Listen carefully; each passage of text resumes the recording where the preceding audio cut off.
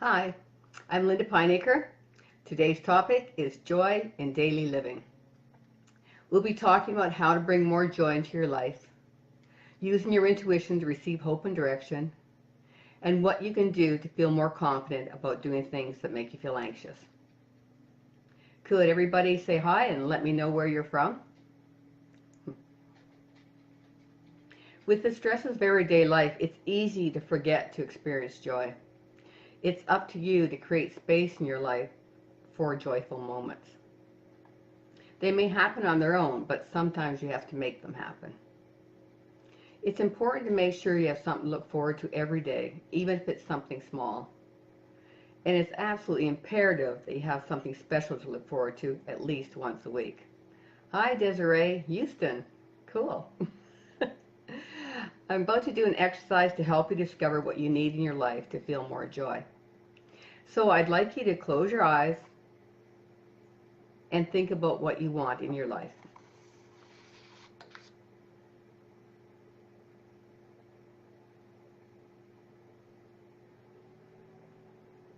What do you want more of?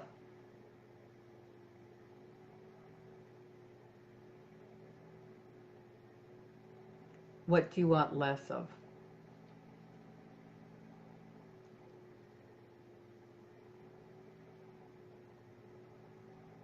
What do you want most in your life?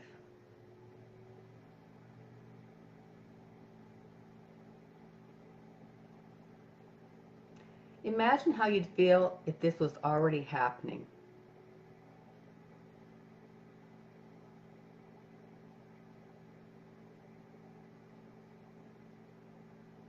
Remember that feeling. It's very important.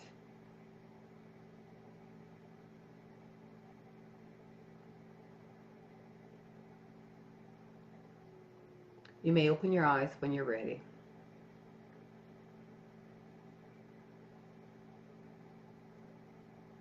Whenever you notice that you're thinking negative thoughts, imagine that what you want most in your life is already happening.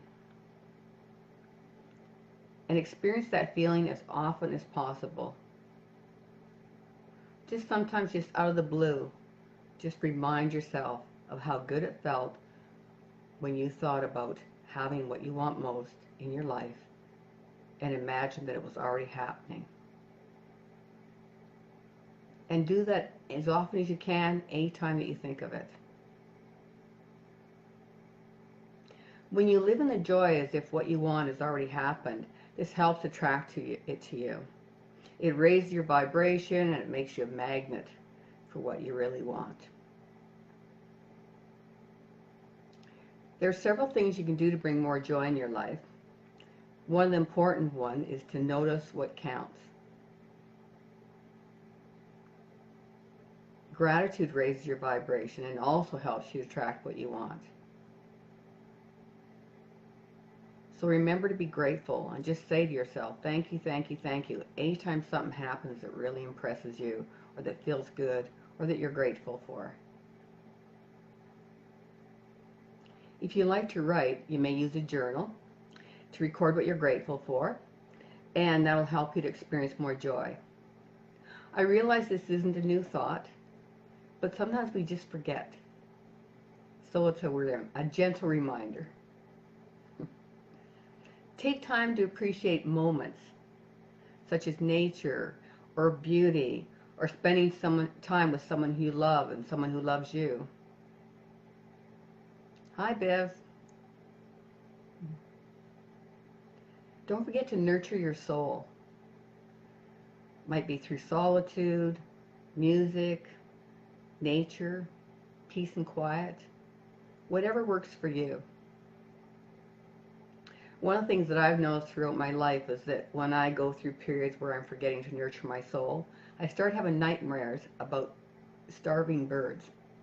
I know that's strange, but for a while it was like a parakeet that I used to have, and I imagined that I starved it to death. During really bad periods, I'd imagine I didn't give it water or food, and that was always a reminder to me that I wasn't nurturing my soul. So hopefully you won't have to have those nightmares, but instead just remember to take time out to nurture your soul. If you enjoy watching movies or reading books, lose yourself in one that's humorous or uplifting. It'll give you a nice break from day-to-day living. You don't need to be productive every waking moment. Give yourself permission to take time for yourself. You deserve it. And if you have children, it's important for you to do that because you need to role model that for them. You're the person that's going to show them how to treat themselves, especially as they become adults and have lots of responsibility. You want them to learn how to take care of themselves. Ensuring that you live a healthy lifestyle is important, as this will help you to feel good. Exercise is great. A lot of people get a natural high from doing exercise because of the endorphins that it produces. So if you find you're one of those people, it's a great way to elevate your mood. And of course, you need to do it regularly, especially if you're someone who really struggles with depression. And I know that when you're depressed, it's really hard to feel like doing much of anything, but you need to do a little bit each day, a little bit of positive things for yourself, or exercise, or getting some fresh air, or giving yourself something to look forward to. That's one of the best ways to overcome depression. Meditation can be really important. You don't need to meditate for a long period of time. Sometimes 10 to 15 minutes is just enough. It'll help you sleep better at night. Because if you meditate during the day, that gives a chance for your spirit guides and your loved ones in spirit to bring messages to you. And you might not even be aware of receiving them, but you still receive them. And they'll stop them from coming to you in the middle of the night. If you're one of those people that notices that you wake up at the same time in the middle of the night, that's probably because that's when your spirits are saying, gee, this is a good time for me to get this person while they're in that nice dozy state and share some important information. And like I said, you won't necessarily remember it, but it's important because those messages are left for your intuition to retrieve at a time that you need it. Make sure you're grounded. That's the best way to calm anxiety or fear. Hi, Teresa. Thanks for joining. When you are grounded, it brings you into the center of your aura, and that's the healthiest place to be.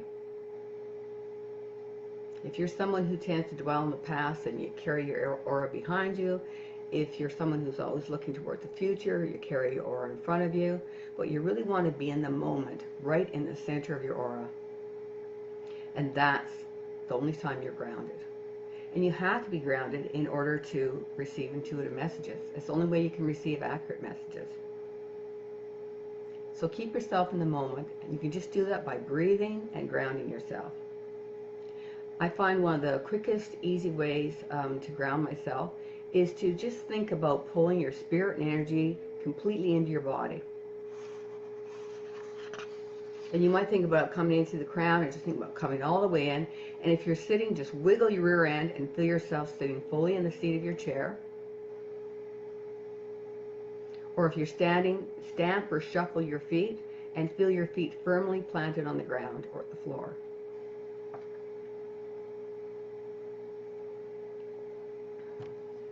You probably rely on your intuition more than you realize, but try to open yourself up to your intuition. It'll help you to find your way. And the best way to do that is to build in periods of calm so messages can get through to you. I have a lot of people that come to me to connect with their loved ones in spirit, and they'll say, how come I can't feel him or her around me? How come he's not coming to see me? They are. They just can't get through to you because your mind is so busy. You need to be relaxed. You have to build in those periods of calm so that if nothing else, at least you'll feel their presence. If you're anxious about something, ask yourself, what's the worst thing that can happen? This will often help you to notice that things aren't as bad as you thought. I believe that confidence is more than half the battle. If you don't feel confident, pretend that you are. This keeps your vibration up and your enthusiasm will be infectious. Otherwise, simply present a positive attitude and people will respond positively to you. But remember to present yourself as modestly confident rather than arrogant, and that'll bolster your confidence, and it'll also help you to feel less anxious. I use self-talk. I talk myself into feeling more confident by reassuring myself. One of my favorite things to say to myself is, I'm just little. And that's my way of saying that I'm just normal, everyday people. But I'm meanwhile telling myself that everybody is normal, everyday people. And some people just have more practice at whatever it is that's intimidating me. And then I reassure myself that I can do it. Years ago, I had less than 24 hours notice for my first television interview. I was scared stiff, but I used self-talk and preparation to help me. I made sure that I wrote notes and rehearsed the topic. And I visualized myself in the studio, which made it seem more possible. I imagined what I'd be wearing and what it would be like. And I told myself to just pretend that I was having tea with a friend and just answer the questions. The anchor, though, asked questions I wasn't expecting. She'd done her homework.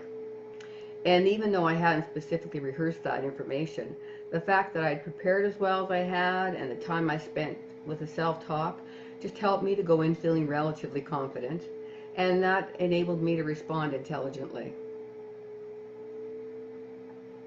Send your hopes and desires out to the universe, and provided it's in the best interests of all involved, they'll be brought to you when the time is right. I often ask my spirit guides and loved ones in spirit to bring things to me, and you can too. Even if you're not aware of your spirit guides and your loved ones in spirit, they're there. So go ahead and ask them. Tell them what you want, and they'll bring it to you, sometimes in the most uncanny ways. I was looking for a dress that I could wear in the winter. This was just a couple of weeks ago, and so I asked my spirit guides to help me. And I received an intuitive message that I'd get the dress at a thrift store. And I knew that it was the one that was down the road from where I live. And so one day I donated an item to the thrift store, and they gave me a $10 coupon, which was kind of surprising to me. I didn't know they did things like that. I donate to the thrift store all the time.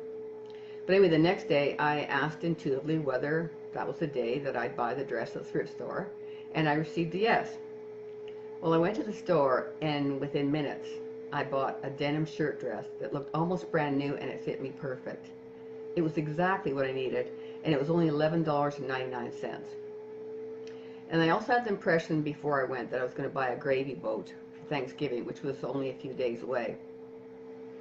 And I just wandered around the shelves, and I found this gravy boat that it was only $12, and it also had the matching underplate, and it was so quaint, and it looked so old that I figured for sure that it had been made in England. And later when I read the stamp on the bottom, it said it was made in England, and it was part of the Mayotte Rosemary collection.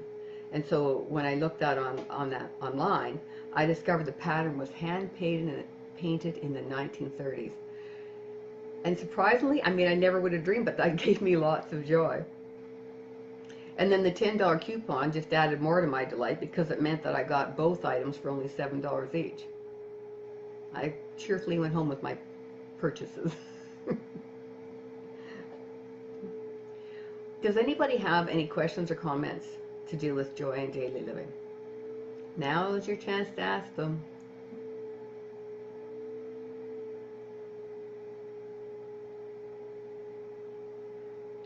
Nothing. Not a thing at all. Okay, so just a quick summary then. Take time to notice the things that count, and don't forget to feel gratitude for them. Live in the joy as if what you want has already happened, so you may attract it to you.